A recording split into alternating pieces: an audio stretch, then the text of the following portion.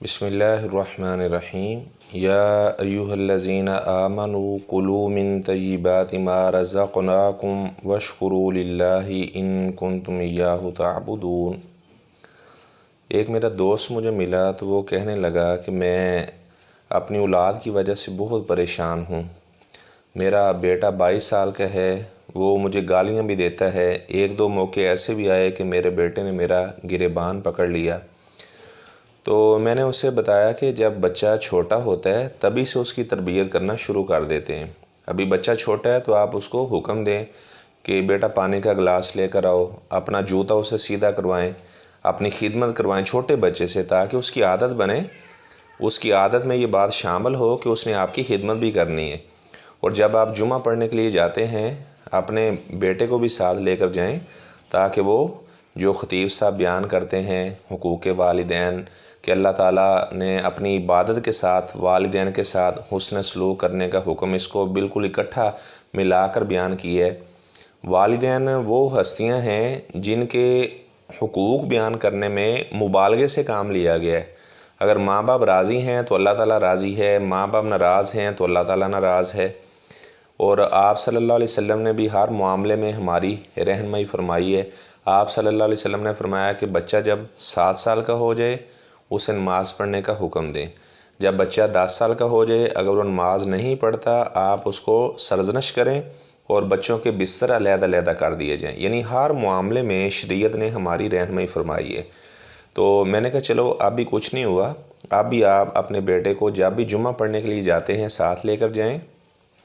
ایسی مسجد کا انتخاب کریں جہاں پر خطیب صاحب کتاب و سنت کی باتیں کرتے ہیں، تو انشاءاللہ آپ کے بیٹے میں ضرور چینجنگ آئے گی۔ نمبر 2، میں نے کہا آپ یہ چیک کریں کہ آپ کا رزق حلال کا ہے۔ اگر آپ کا رزق حرام کا ہے، آپ زیادہ جمع کرنے کے چکر میں پڑے ہوئے ہیں کہ زیادہ مال جمع ہو جائے، حلال حرام کی پرواہ نہیں کر رہے، تو میں نے کہا پھر کبھی بھی آپ کا یہ بیٹا آپ کا فرما بردار نہیں بن سکتا، کبھی بھی آپ کی بیوی آپ کی فرما بردار نہیں بن سکتی۔ جس آدمی کے پیٹ میں حرام کا لقمہ جاتا ہے تو وہ ظاہری بات ہے وہ اللہ تعالیٰ کا باغی بنے گا۔ اگر بیوی کے پیٹ میں ایسے لقمے جا رہے ہیں تو وہ اللہ تعالیٰ کے ساتھ بغاوت کرنے والی بے نماز بنے گی، آپ کی نافرمان بنے گی۔ آپ کا بیٹا وہ اللہ تعالیٰ کے احکامات کا باغی بنے گا اور آپ کا نافرمان بنے گا۔ تو رزق حلال کی بہت زیادہ اہمیت ہے۔ تھوڑا کما لیں لیکن رزق حلال ہو۔ جب وہ آپ کے بیٹوں کے پیٹ میں جائے گا، آپ کی اولاد کے پیٹ میں رزق حلال جائے گا، وہ اللہ تعالیٰ کی عبادت بھی کریں گے، آپ کے فرما بردار بھی بنیں گے۔ آپ صلی اللہ علیہ وسلم نے فرمایا کہ سب سے بہترین کمائی وہ ہے، آپ نے فرمایا جو آدمی اپنی محنت سے کماتا ہے۔ اور اس کے بعد آپ صلی اللہ علیہ وسلم نے فرمایا ان داؤد کان یعمل من عمل یدیہ، کہ داؤد علیہ السلام جو اللہ کے نبی تھے وہ بھی اپنے ہاتھ سے محنت مزدوری کیا کرتے تھے۔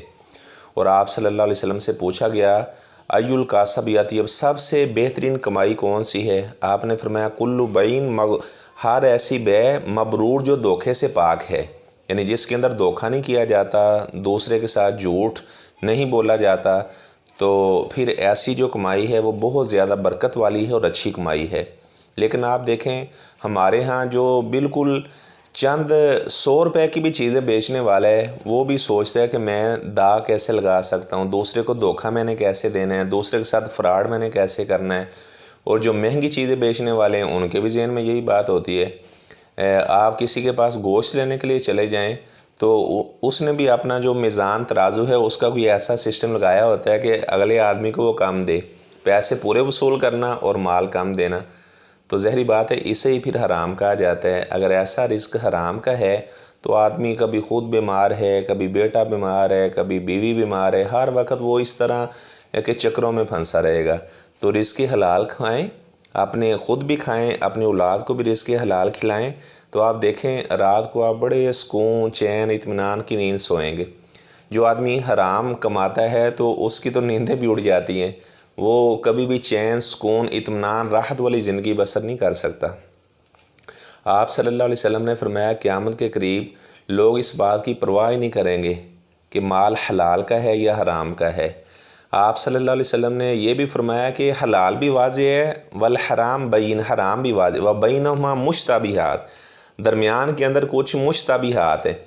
آپ نے فرمایا کہ جو مشتبہات سے بچ گیا اس نے بھی اپنے دین کو محفوظ کر لیا، اور جو مشتبہات میں پڑ گیا تو ظن غالب اس کے بارے میں یہی ہے کہ وہ حرام میں بھی پڑ جائے گا۔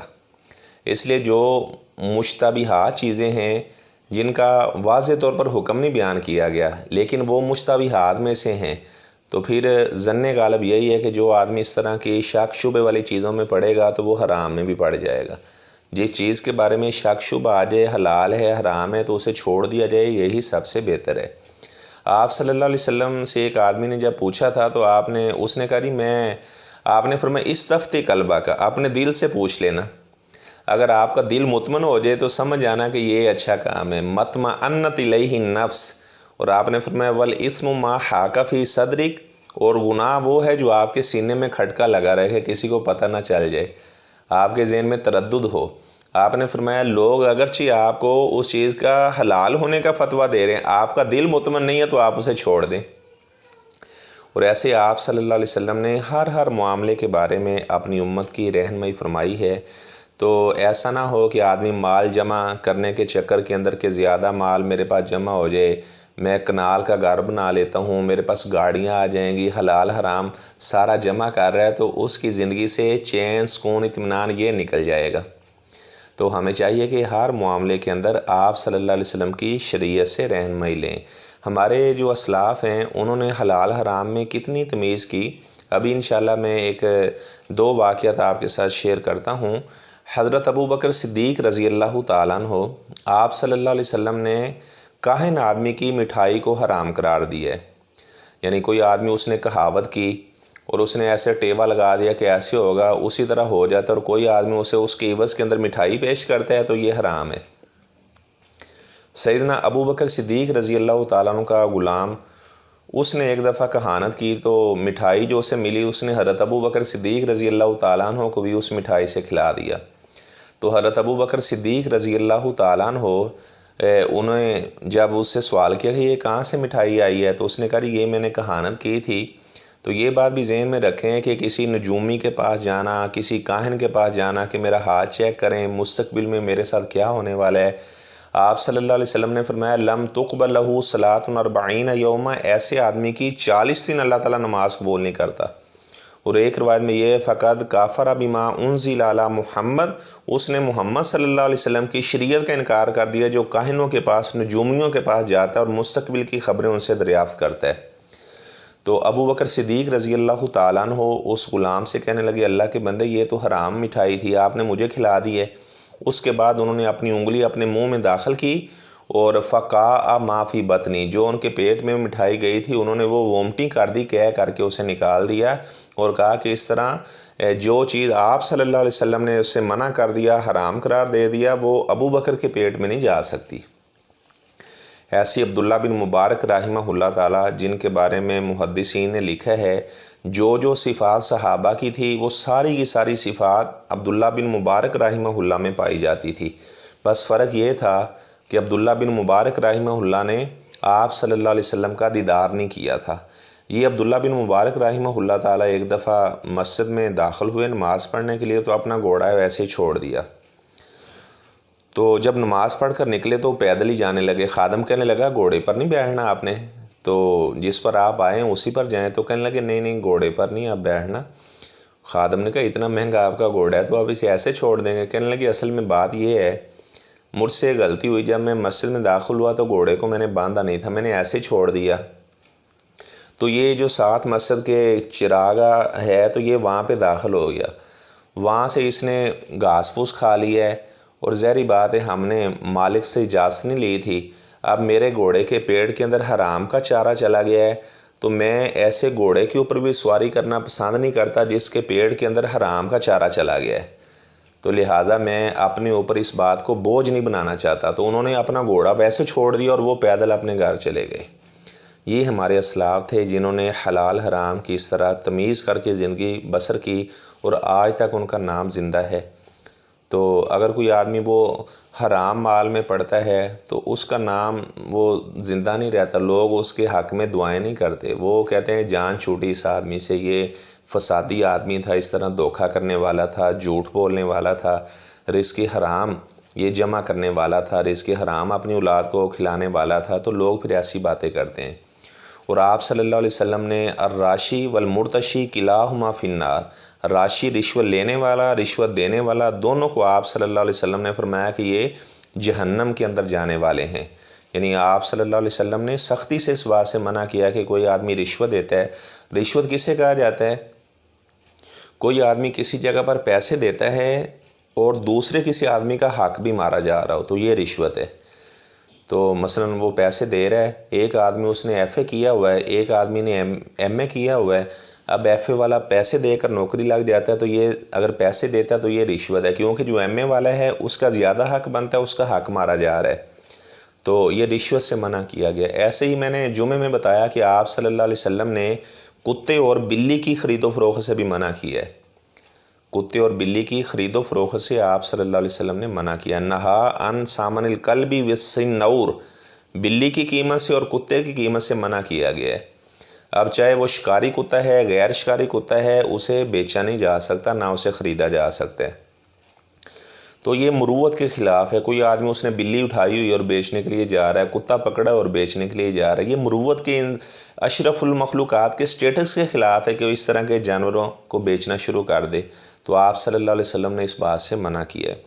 تو ویسے اپنے گھر کے اندر شوکیہ کتا رکھنا اس تو یعنی بہت ناپسندیدہ اس بات کو سمجھا گیا ہے۔ جو شوکیہ کتا گھر میں پالنا ہے، روزانہ اس کے اجر سے 1 قرات اجر کم ہو جاتا ہے، بعض روایت میں 2 قرات کا بھی ذکر ملتا ہے۔ تو لیکن شکاری کتا رکھا جا سکتا ہے۔ کوئی آدمی کسی کو کتا تحفے میں شکاری دے دیتا ہے، ٹھیک ہے، وہ رکھ سکتا ہے، کوئی اس میں حرج والی بات نہیں ہے۔ اپنی کھیتی باڑی کی حفاظت کے لیے کتا رکھا جا سکتا ہے، گھر کی حفاظت کے لیے کتا رکھا جا سکتا ہے، اس میں کوئی حرج والی مضائقے والی بات نہیں ہے۔ تو میں بتا رہا تھا کہ آپ صلی اللہ علیہ وسلم نے ایک ایک معاملے کے بارے میں اپنی شریعت کی، اپنی امت کی رہنمائی فرما دی، اپنی شریعت کا ایک ایک مسئلہ آپ صلی اللہ علیہ وسلم نے واضح کر کے امت کو بتا دیا ہے۔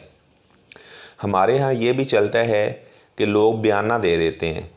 آپ صلی اللہ علیہ وسلم نے بیانے کی بیع سے بھی منع کیا ہے۔ نہا ان بیع الاربان، بیانے کی بیع سے منع کیا ہے۔ بیانے کی اصل میں 2 صورتیں ہیں۔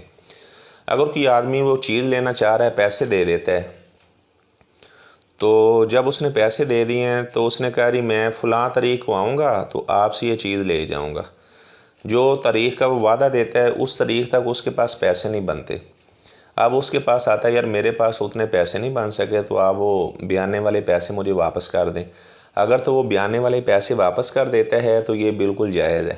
لیکن اگر وہ بیانے والے پیسے کہتا ہے نہیں اب چونکہ آپ وہ چیز نہیں لے رہے تو یہ پیسے آپ کے میں واپس نہیں کروں گا، تو کس عوض کے اندر وہ اس کے 10,000 20,000 جو اس نے بیانے کا دیا، یہ کس عوض کے اندر وہ اس سے روک رہا ہے، تو یہ اس کے لیے حلال نہیں ہوگا، یہ حرام کے پیسے اس نے روک لیے ہیں۔ اچھا ایسے ہی اگر وہ آدمی چیز لینے کے لیے آتا ہے تو وہ کہتا ہے یار وہ چیز تو اب میں آپ کو نہیں دے رہا، تو کوئی بھی مسئلہ بنا، اب یہ کہتا ہے اگر میں نے 20,000 بیانہ دیا تھا تو اب 40,000 آپ مجھے واپس کریں، تو یہ نجائز صورت ہے، اس سے منع کیا گیا۔ ہاں بیانہ اس طرح دیا جا سکتا ہے، لیکن بیانے والے پیسے کو ہڑپ کر لینا، اسے واپس نہ کرنا، یا جناب جس آدمی نے بیانہ دیا تھا وہ اسے اب ڈبل کا مطالبہ کر رہا ہے، تو اس صورت کے اندر بیانے والی بیع اس سے منع کیا گیا ہے۔ اور آپ صلی اللہ علیہ وسلم نے فرمایا کوئی مسلمان آدمی اپنے مسلمان بھائی کے سودے پر بیع نہ کرے، منع کیا ہے۔ ایک آدمی وہ سودا کر رہا ہے، دوسرا آدمی درمیان میں بولنا شروع ہو جاتا ہے یہ اگر آپ کو 1000 کی دے رہا ہے، میں یہی چیز آپ کو 900 روپے کی دیتا ہوں، یہ منع ہے۔ یا دوسری صورت یہ بھی ہو سکتی ہے 2 بھائی آپس میں سودا کر رہے ہیں، تو دوسرا آدمی کہتا ہے اگر یہ آپ کو 1000 روپے اس چیز کا دے رہا ہے، یہ جو بائع ہے 1000 روپے دے رہا ہے، میں آپ کو اس کا 1200 دیتا ہوں، اس سے آپ چیز نہ دیں، آپ مجھے دے دیں، تو اس سے بھی منع کیا گیا۔ آپ صلی اللہ علیہ وسلم نے منع فرمایا اس طرح کوئی آدمی لا یخطب احدکم علی خطبۃ اخیہ، اپنے بھائی کی منگنی کے اوپر منگنی کا پیغام نہ بھیجے۔ اگر کسی لڑکے اور لڑکی کی منگنی ہو چکی ہے تو پھر منگنی کا پیغام بھیجنا اور انہیں لالچ دینا کہ ہمارے پاس گاڑیاں ہیں، ہماری کوٹھی 10 کنال کی ہے، تو اس سے منع کیا گیا۔ فرمایا کہ اگر منگنی ابھی تک اگر بات پکی نہیں ہوئی، اس طرح رشتے وغیرہ آ رہے ہیں، تو پھر ساتھ پیغام بھیجا جا سکتا ہے، اس میں کوئی حرج والی بات نہیں ہے۔ لیکن اگر کسی کا رشتہ پکا ہو جاتا ہے، منگنی ہو جاتی ہے، تو پھر آگے پیغام بھیجنا، اس سے آپ صلی اللہ علیہ وسلم نے منع کیا ہے۔ اور آپ صلی اللہ علیہ وسلم نے بولی چڑھانے کی بیع سے بھی منع کیا ہے۔ فرمایا ولا تناجشوا، بولی نہ چڑھاؤ۔ اچھا، یہ بولی چڑھانا کیا ہوتا ہے؟ بولی چڑھانا یہ ہے کہ ایک آدمی منڈی میں جاتا ہے اور ساتھ اپنے ایک واقف بندہ لے جاتا ہے اور اسے کہتا ہے کہ آپ نے بولی بڑھا دینی ہے، چڑھا دینی۔ ایک ہے بولی لگانا، بولی لگانا جائز ہے۔ آپ صلی اللہ علیہ وسلم نے ایک چیز بیچنی تھی، فرمایا کہ یہ کون مجھ سے خریدے گا؟ ایک آدمی نے کہا کہ میں اس کا 1 درہم دیتا ہوں۔ آپ نے فرمایا کہ اس سے زیادہ کون دیتا ہے؟ تو ایک آدمی نے کہا جی میں اس کے 2 درہم دیتا ہوں۔ تو آپ صلی اللہ علیہ وسلم نے وہ چیز پھر اسے بیچ دی جو 2 درہم دے رہا تھا۔ میں بتا رہا تھا کہ ایک آدمی وہ منڈی جاتا ہے، ساتھ اپنا واقف آدمی لے جاتا ہے، اسے کہتا ہے کہ آپ نے نا یہ ریٹ اس کا بڑھا دینا ہے۔ اب وہ چیز چاہ رہی 500 روپے کہہ رہا ہے، اب جو اس کا ساتھی ہے وہ کہہ دیتا ہے جی 550 میں دیتا ہوں، حالانکہ اس نے وہ چیز لینی نہیں ہے، لیکن ظاہری بات ہے جس کی دکان ہے، جس نے وہ مال دکان پہ رکھنا ہے تو اس کی تو مجبوری ہے مال لینا۔ اب اس بیچارے کو پھر 600 کرنا پڑتا ہے، وہ 600 کی آواز لگاتا ہے۔ یہ جو اس کا ساتھی آدمی ہے جو بولی چڑھانے کے لیے اسے ساتھ لے گیا ہے، جو اس کا بروکر بنا ہوا ہے، وہ کہتا ہے جی 650، حالانکہ اس نے وہ چیز لینی نہیں ہے۔ تو اس بات سے آپ صلی اللہ علیہ وسلم نے منع فرمایا ہے۔ ایسے آپ صلی اللہ علیہ وسلم سے کہا گیا کہ اللہ کے رسول صلی اللہ علیہ وسلم آپ باؤ ریٹ جو ہے نا یہ مقرر کر دیں۔ تو آپ صلی اللہ علیہ وسلم نے فرمایا کہ ان اللہ تعالیٰ لوگوں کو رزق دینے والا ہے، اللہ تعالیٰ بعض کو بعض سے رزق دیتا ہے، تو لہٰذا میں اس طرح ریٹ وغیرہ مقرر نہیں کر سکتا۔